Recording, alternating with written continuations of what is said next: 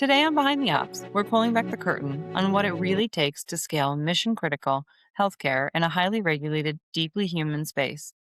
Joining us today is Dr. Jacques Jospitre, co founder and CEO of Soho MD, a national telepsychiatry platform operating in 19 states with over 850 patients visited and 115 million in lifetime revenue.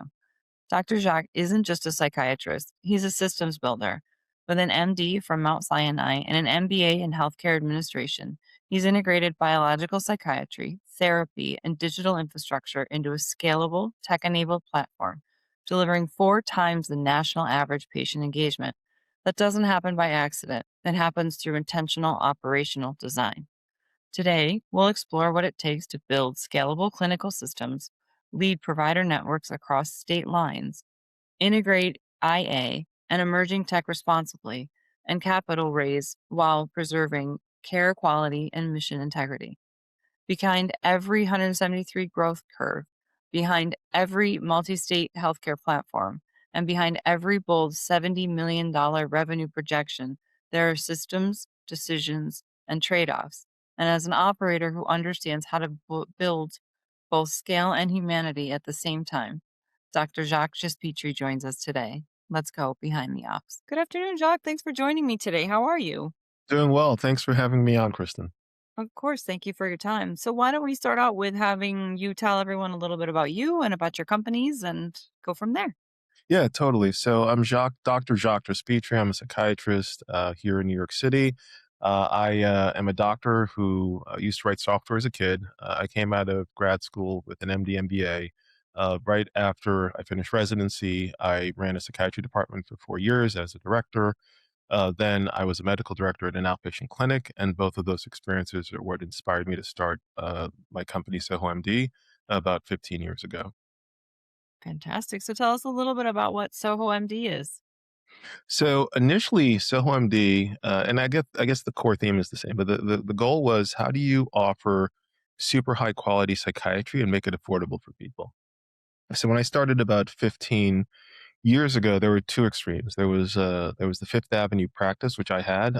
You pay a lot out of pocket, you get very dedicated time, very high quality care, and that was conventional and typical.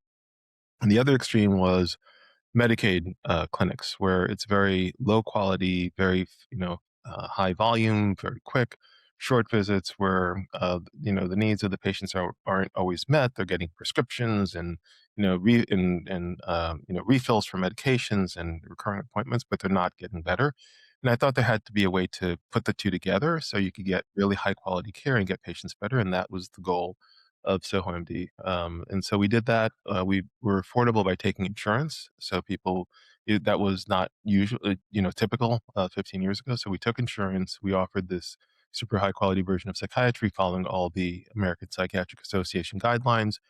And we were doing great care for our patients. Over time, what was interesting is that a lot of patients weren't getting better following those guidelines, because typically for medications, you get a 30 to 40% response rate. And after you're treating thousands of patients, it becomes frustrating when all the patients aren't getting better. I like all my patients to get better. And that's what got me into integrative health and functional medicine. And what we did at SohoMD, what we really pioneered, was combining this approach of looking at integrative health functional medicine and combining it with standard conventional psychiatry, where we were seeing these great outcomes for patients who were thought to be treatment resistant, meaning they weren't responding to care.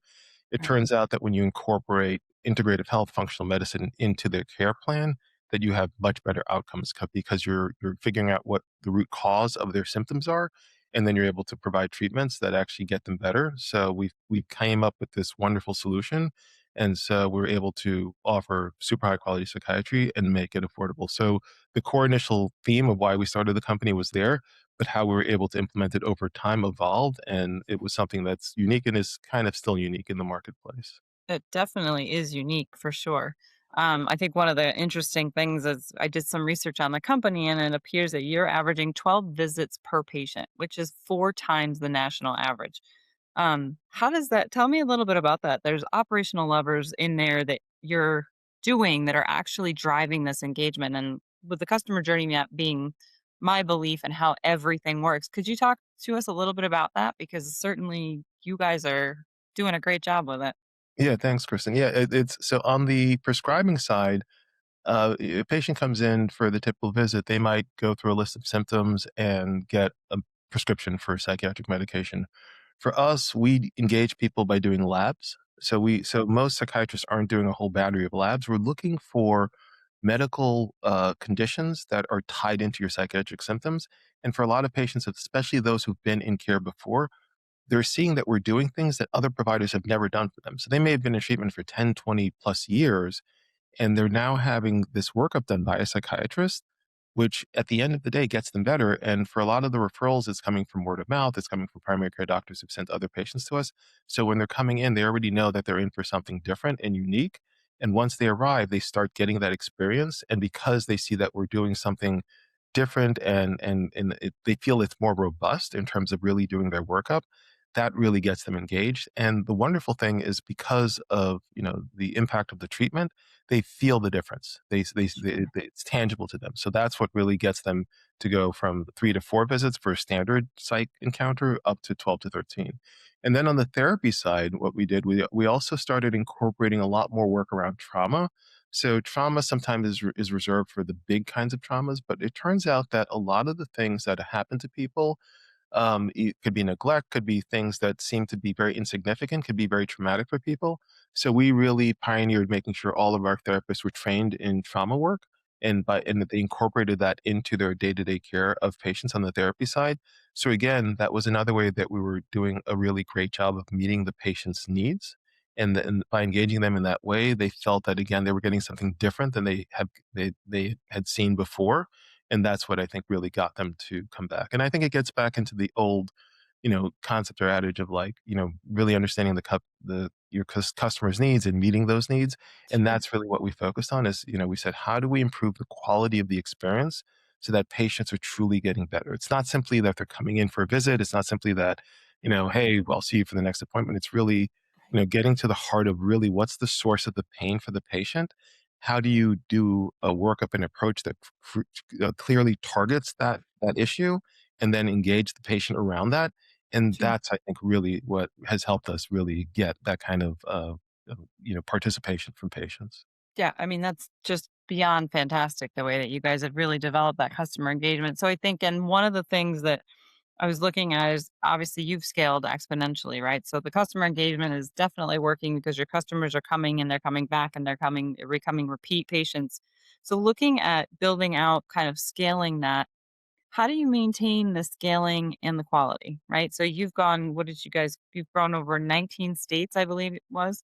So how do you manage that? How do you keep that quality? Because it feels to me like when you started, it was one on one, it was phenomenal. The quality is exceptional. As you've grown, it's obviously maintained because you're still doing so well. Talk a little bit about how you do that. How do you maintain that quality with growth? Yeah, great question. For that, we looked at a decentralized model for quality control. So Okay. we organized people into groups, both on the operational side and the clinical side, where we would have a leader, someone in the leadership position for that pod, that group of people. And so it was someone that we knew had the ability to operate at the highest level in terms of their clinical approach or their operational workflow, and then they're supervising that local group, and we treated it as that separate entity. And what that allowed us to do was really scale up and maintain quality and consistency in the organization by Okay. really organizing in teams that way. So as you built that organization and you find that provider network, so to speak, what do you find was the hardest part of that? What's the hardest operational piece of building that provider network? The hardest part is balancing people's autonomy in terms of being a provider. If you're a provider, you're an independent person. You have your own Sure. ways of doing things, which is wonderful. But it turns out that some ways are better than others. So trying to help people maintain autonomy in that sense of ownership of their clinical work, but at the same time really trying to empower them with what we thought were best practices clinically, and Sure. saying, based on the evidence, based on all of our experience, this is the ideal path to take with this patient, and you may want to do this, and you still have the right and the ability to do what you choose to do as an independent provider, but we also wanted to just make sure they were informed for the best ways that we thought to approach different cases. And by combining the two, that really helped get buy-in from providers to really start leaning into what we consider to be best practices and really help improve the overall consistency of how the organization functioned. That's amazing. So, with the common question, right, being care and quality and finding the right providers, as well as revenue for the build, right? Because in order to scale, you have to have revenue, and that's just how business works, right? Talk a little bit about how that revenue versus care model kind of worked. How did you make sure that you operationalize the growth and the revenue, but maintain that quality of care across your providers? Early on, it was tough, in terms of because we're in network, so fighting with insurance companies and saying, "Hey, you deserve to pay us more for what we're doing." And Sure. in the early days, it was very tough on the margins because, they used to have you start at the bottom and kind of work your way up. But what we did is we really kept that focus on the clinical experience, the clinical quality. And each year or every 2 years, we would consistently get rates increased because the insurance companies were seeing what we were doing. They knew there was something truly unique about how we did psychiatry. They were seeing the outcomes in their patients, patients getting better. They were seeing it in feedback from patients in terms of them feeling that we were truly engaging them in ways that was, very effective. And over time the margins increased, and that's how we fed the clinical quality focus at the beginning of the company, as being our top priority. That's how that eventually led to the margins that helped us, continue to scale in a profitable way. That's really kind of a interesting model, and well done on keeping the quality and the priority in the forefront being the health and welfare of your patients, right? So as you start to evolve this, you're starting to look at data and you're looking at KPIs, but we all know that very few companies actually run from a spreadsheet. There's some real gut checks in there. Talk a little bit about how you went from what we measure, how we measure it, how we operationalize it, and what that kind of looks like for you. We went to it by we looked at basically what were the outcomes for patients.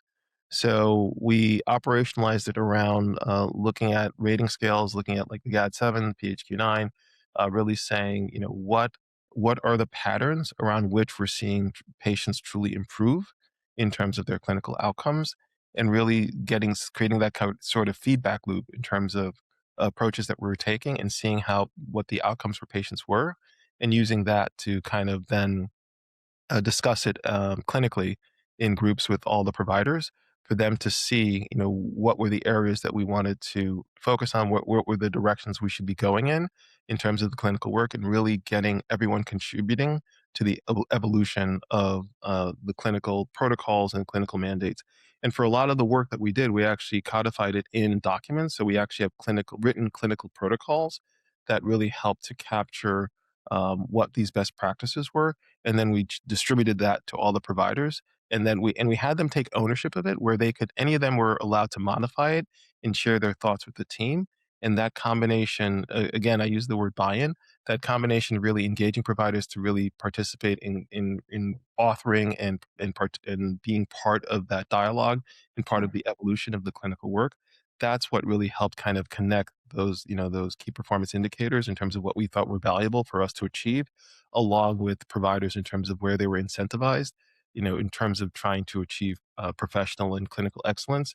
That combination of where they were part of the process of developing these tools, that's what I think really helped us kind of get buy-in from everyone. That sounds like it worked because you have lots of people in lots of places, right? So they certainly bought in. Talk a little bit about the operational inclusion of your tech stack. So I know you went tech and you built some tech, and that is one of your passions. So let's talk a little bit about how you brought that passion into your practice. Yeah, we explored different solutions with the tech stack, everything from the telephone system to the EMRs. Working with different EMR partners, looking at different CRM solutions. So we explored many different paths, and right now the most exciting thing that we're really working on is incorporating AI into the business. So it's less about what we've done historically and more about what we're doing moving forward. And I think, everyone's talking about these AI agents, right? How do you incorporate them into a business? to make the business achieve its goal and decrease costs and achieve excellence in terms of execution, in terms of clinical quality. That's exactly where our focus is now. So we have a lot of awesome projects that we're working on that we're looking to deploy that should help us scale very aggressively while maintaining quality and profitability. So right now is a real pivot for the whole industry, and I think everyone sees that. No one knows exactly which direction it's going to go in and who's going to really be, who are going to be the leaders here. But we see it as this wonderful window of opportunity for us to retool our business with AI to really focus on that future growth. So one of the things I think you and I had this conversation about AI becoming part of what we do, and does it take jobs? Does it not take jobs? How do you use it? And so I think one of the things that we work on is the fact that your operations have to be pretty well defined and you have to be operating at a very high level in order to incorporate the AI. Tell me a little bit about how that works with what you're doing at Soho. Are you integrating it? Are you trying to integrate it at high levels? I know you said it for the future, but talk a little bit about what you're integrating with. Yeah, so we're looking at AI both internally and externally. So the parts of the business that are less relevant in terms of the places that I think that we can develop some real good patent protection and some intellectual property rights around. So there are things that internally it's the clinical part. It's the clinical workflow. It's us really creating a patient journey that we know we define the most efficient, effective way to get patients better, to both understand what's going on with them clinically and then to get them better. So that whole workflow, that's the part that we want to own in terms of what we're developing internally with our AI tools. In terms of the other parts, like the scheduling, with the call center, the billing part, the revenue cycle management, so all the other parts of the business, which are not as important to that core clinical mission, those are places that we're working with partners who are incorporating AI to decrease the cost while doing excellent work in their domain. And so that combination lets us focus our resources in terms of developing what we feel is most valuable, what we're best positioned to really, take a leading role and kind of really make sure we get that protection before other people do. So Right. we can focus on that, and then our partners will help us decrease our costs in terms of those other areas. The notion of it taking jobs, it's interesting where I see it as an amplifier. So we talk about this huge gap between the service need for mental health Mhm. and the ability for the service providers to meet that demand. And so with AI, we can now bridge it where we're able to amplify the work so that a smaller team can do a significantly larger body of work.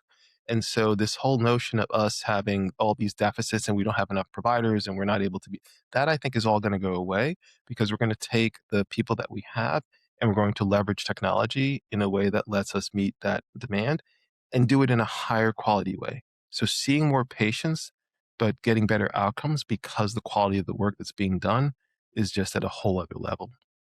That's fantastic. And I know one of the things that I loved about one of the conversations you and I had was around AI giving us more air quotes free time, right? And what we do with that free time. And as you're building this culture and you're driving in that direction where AI takes away some of the less important tasks and allows you to do and focus on the more important tasks, talk a little bit about how you perceive that kind of directing your culture. Yeah, yeah. So there's so much that's repetitive, especially in healthcare. I mean, the challenges for providers. It's amazing that the sacrifices people make to go into this field. It's such a tough field. The information that you had to learn to become the professional, like to become a doctor, massive. And since then, over the years, it's only gone up exponentially. The amount of research that's happening and the amount of new information that you have to now understand and incorporate into your day to day workflow Right. that's grown, and so without technology, that's very hard to keep, current with everything.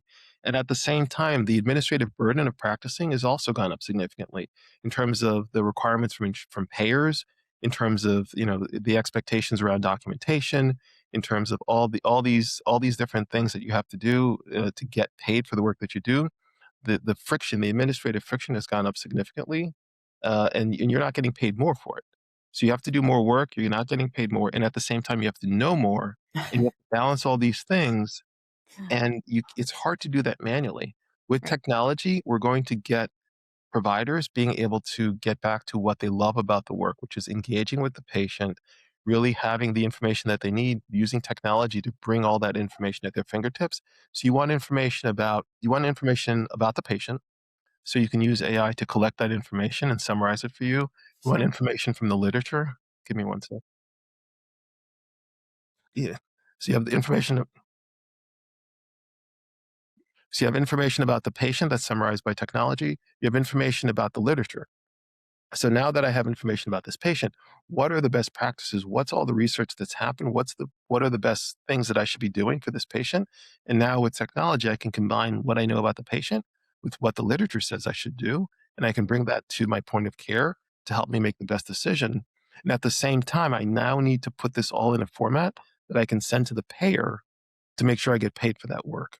So technology can also then help me structure that note and help me structure my treatment plan in a way that I can present it to the payers to make sure I'm reimbursed for what's being done. So all these different parts take a lot of lifting from a knowledge perspective and a data perspective.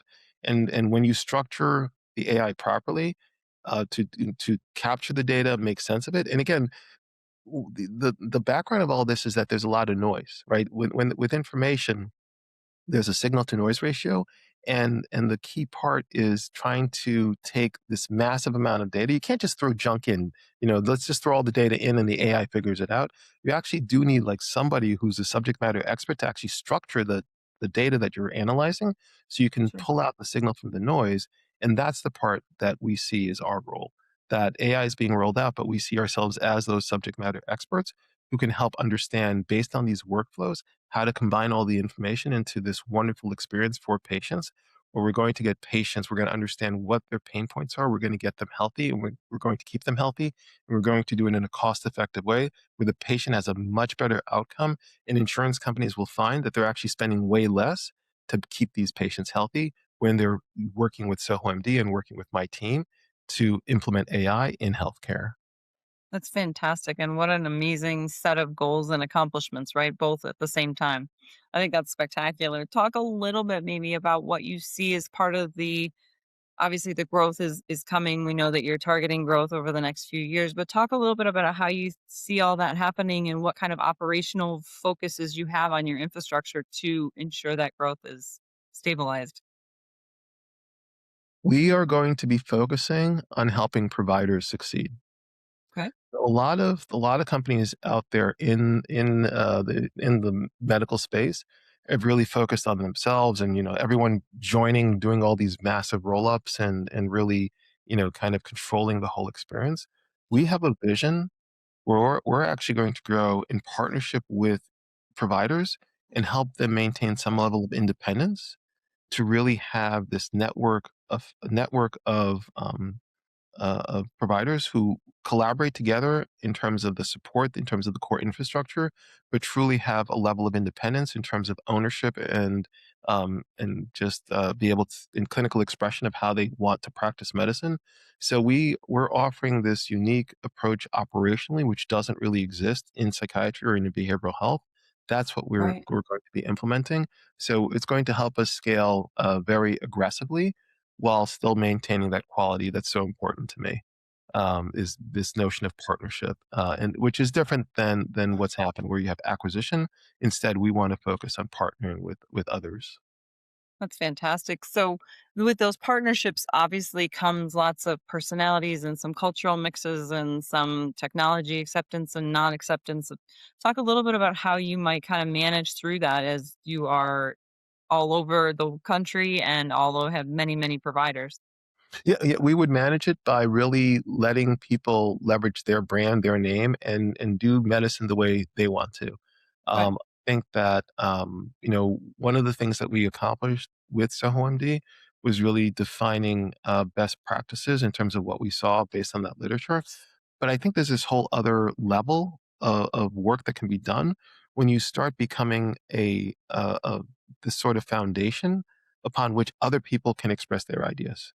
So all the best ideas aren't going to come from us, but if we can become part of that core infrastructure, we can do the boring parts for people. We can really set them up for success where it gets to be their practice. It gets to be their version of behavioral health, Sure.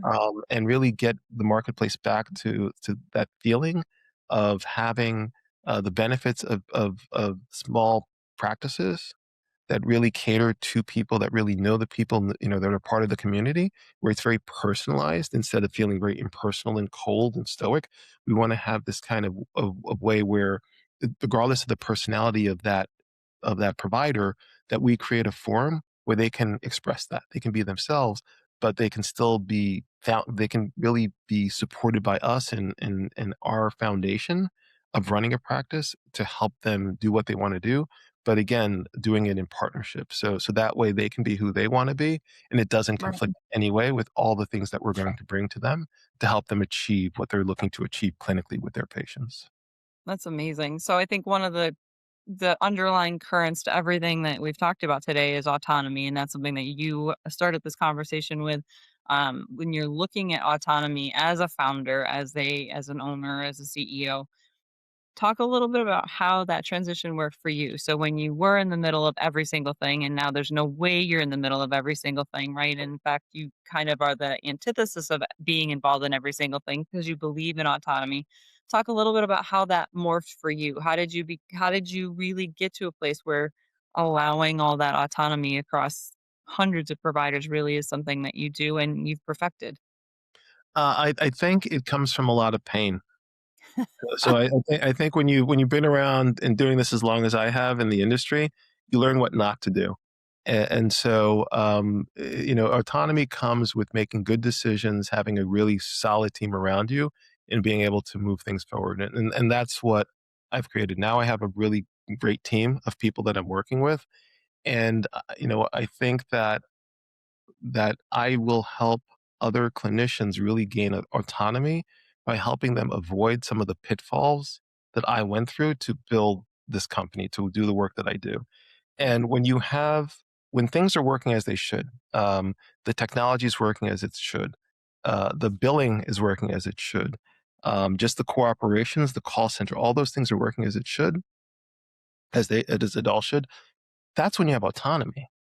When things are not working, you don't have autonomy. Then you might be you might be self-employed, you might be independent in some respect, but then you become a victim to the challenges of that aspect of your business.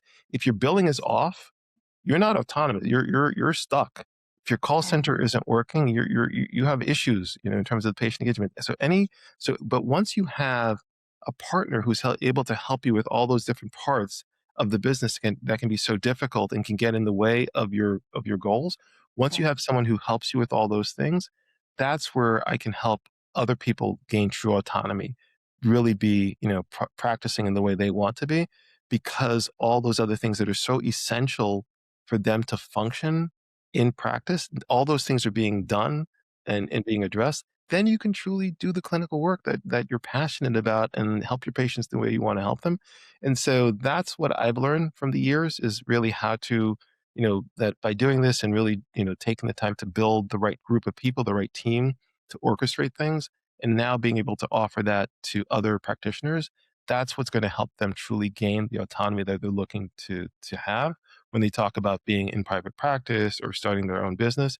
That my group will then be a real partner to help people get to that place without going through all the challenges that I had to go through to get to where I am today. That's sounds like a good plan for sure. I hope that people can grab onto that and see the value in what you're providing in the missteps and mistakes, like learn from what you've done.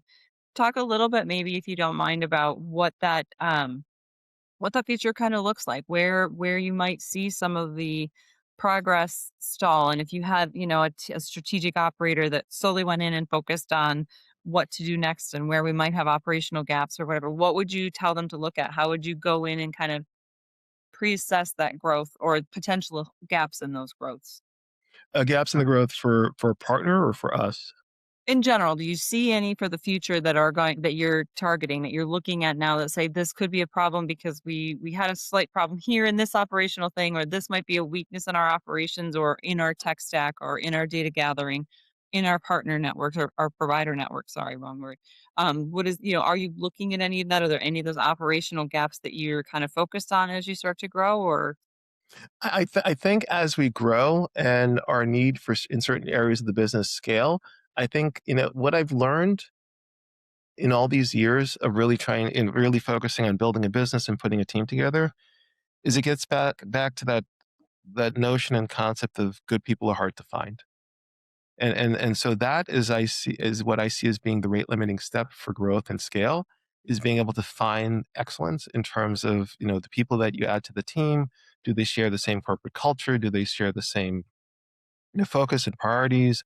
And really are passionate about clinical excellence and all the things that you want. So as we scale, that's what I see as being the biggest operational gap for any organization. The technology is Absolutely. there, right? We all have access to the tech. Finding the person who knows how to leverage the tech, finding someone who understands, like even competing for people who truly understand how to, leverage AI, like that.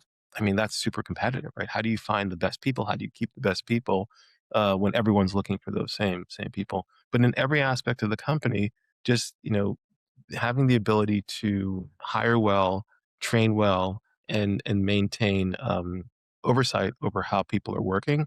I think that's where my biggest area of focus and interest is, Sure. because that I think we do those parts well. That's how we scale. We achieve our revenue goals, our profit goals, and maintain that clinical excellence. It's all around the people that we're able to bring in and have Absolutely. all be part of that shared culture.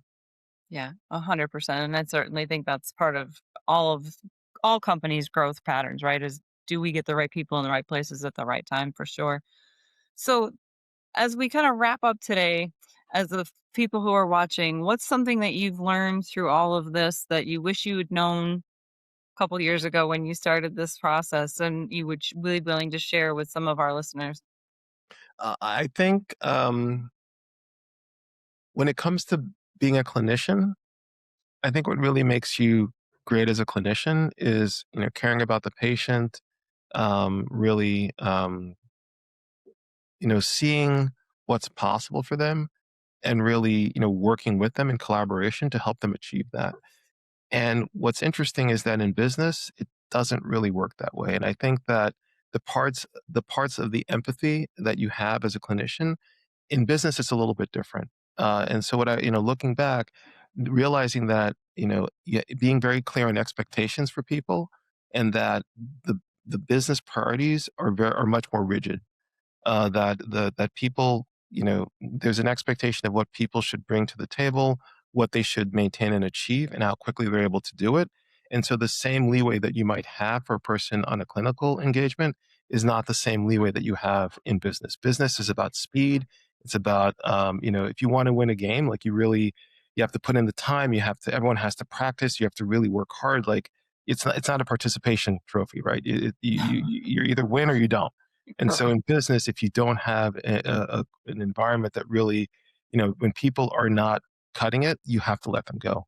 It's not about, you really have to be more strict in terms of, having the business team and having a winning culture. It's a little bit different than a clinical environment. And so I think that notion of like what would, helps me, do great work as a clinician is very different than what helps me do great work as an operator.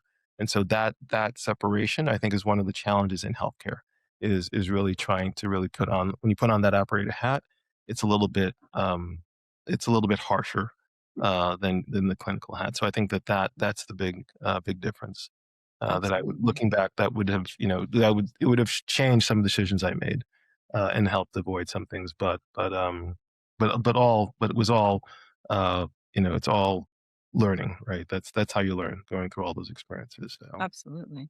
yeah, Well, it seems like you made some really good decisions, so I don't think those missteps hurt you at all. So it was great to have you on the show. Thank you thank so you, much for what you're doing, both from the clinical perspective, but also from a technology perspective. I think what you guys are building will be phenomenally helpful in lots of healthcare. So thank you so much for your time. thank you so much, Kristen. Thanks for having me on. Thank you. Take Okay. care.